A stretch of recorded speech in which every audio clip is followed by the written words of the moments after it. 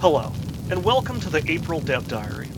So, if you haven't been following our weekly updates on Discord, some things have been happening, and because of them, we have some good news and some bad news. To start with the bad, this will be our last video Dev Diary for a while. We're sorry to do it. We know folks have been enjoying them, and we enjoyed making them. However, the reason we're stopping is because of the good news. We're discontinuing the Dev Diaries because we're going heads down into the final major content update and QA pass before public early access release. Because, well, we may have already reached our 7,000 wishlist goal. What do you mean you may be at your goal? You don't even know? Well, that's where things get a bit complicated. See, as of this Friday, we're sitting on about 7,000 wishlists now, which is amazing. Unbelievably amazing. And that's sort of the problem. We're not sure if we can believe it. We're concerned that someone may have started botting to make the game come out sooner. If that was the case, it would be really bad for our launch, as we'd enter our public early access with far less support than we think we have, miss featuring, and be buried by other games. Lack of featuring on Steam would lead to minimal sales, which would mean we'd have significantly less funding to finish the game. Yeah, so what? Why should anyone care if you get less sales? Botting would still make the game come out sooner, right? Even in the worst case scenario where the game flops, we'd still finish it, but we'd have to aim for the minimal viable product, rather than devoting all of the time and effort we want to make Monster Titans Playground everything we want it to be. Right now there's not a lot of content in the game, and we wouldn't have time or funding to add much more if the game tanks at launch. So fake wishlists would result in the game being objectively worse for everyone. There's some good evidence to suggest that the wishlists are real, but there's also some anomalies that still have us a bit uncertain. So if this was a botting attempt, even with the best of intentions, we ask that any fake wishlists be withdrawn. Okay, but what if the wishlists are real? Then that's awesome, and a bit terrifying.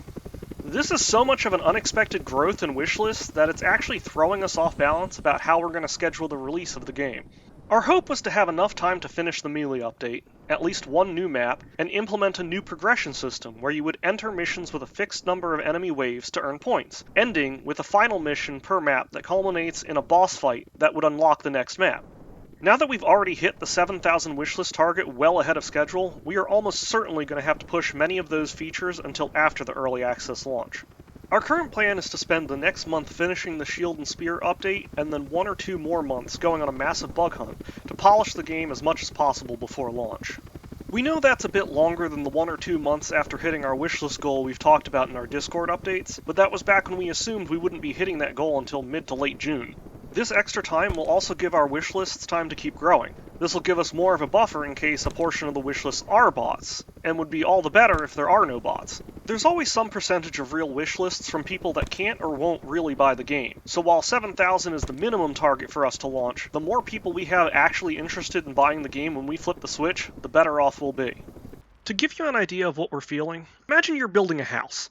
You have a rough deadline for when the house needs to be done, but it's months off. So rather than rushing it, you take the time to make the house nicer. You add a nice bay window, a second garage, a fireplace. You know there's something wrong with the plumbing, but you've got plenty of time to deal with that later. Then you learn that, all of a sudden, the house has been purchased and your deadline has jumped forward by months.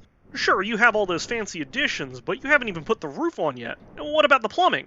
It'd be a disaster to let people move into the house in this state. That's kind of where we're at now. Now that our deadline has moved, we're rushing to get the house done, and we'll get it done ahead of their original schedule. We just really ought to stop the toilets from exploding first.